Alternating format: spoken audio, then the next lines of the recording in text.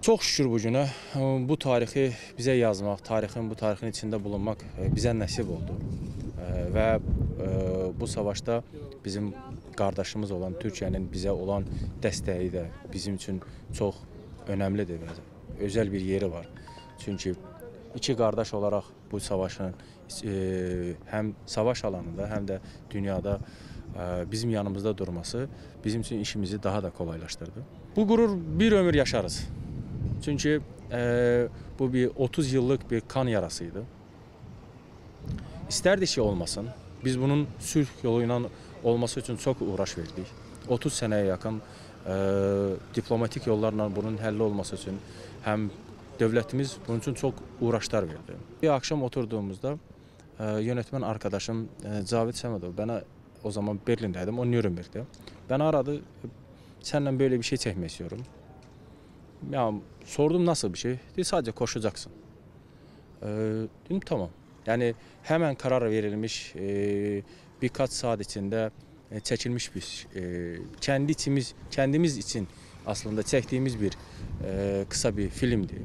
Sözün doğrusu film festivallara gittikten sonra aldığımız geri dönüşlerin, pozitif geri dönüşlerin mutluluğunu yaşadık. Yani herkes tarafından beğenilmesi bizi daha da motive etti ve daha çok turnelere, daha çok festivallara göndermeye başladık. Bu tabii ki bizde bir gurur hissi ve asıl amacımıza ulaşma olmamızdır.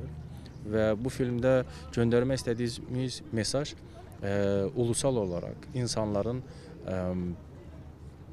sulh içinde, barış içinde yaşamasıdır ve savaşın dehşetli tarafını göstermektir. Bir de ne olursa olsun pes etmemek. Her zaman hayatı pozitif olarak bakıp ve devam etmektir. Bir projemiz var, Everest. Kısmet olursa onu yapmak. O da dünyaya yine de mücadelenin,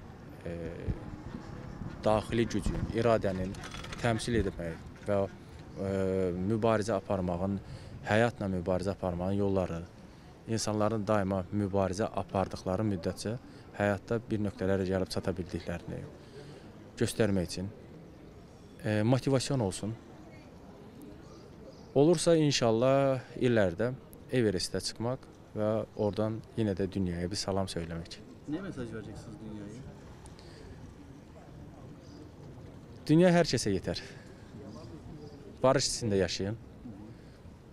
Zaten hiçbirimize kalmayan dünya hiç kimseye de kalmayacak. Kendinizi ve etrafınızdaki insanları, doğayı sevin ve barış içinde yaşayın. 28 ülkede gösterildi bu film. Türkiye'mizde artık saf etmiyorum 4. defa gösterildi. Burada da, İstanbul'da da, İzmir'de de birincilik elde ettik. Yani gazimizin Azerbaycan dilinde dünyada 2 dakikalık bir filmle öz kendi nasıl söyleyeyim story nedir? Hikayesini anlatmaya yani çok gurur vericidir. Mən dünyaya gələndə artıq müharibə başlamışdı. Savaş dəhşət kimi yox, yaşadığım reallığın ayrılmaz bir hissəsi idi. Atamın döyüşlərdə iştirakına alışmışdım. Atamın qalib gələ bilmədiyi və sağ qayıtmadığı müharibədən mən qalib qayıtdım.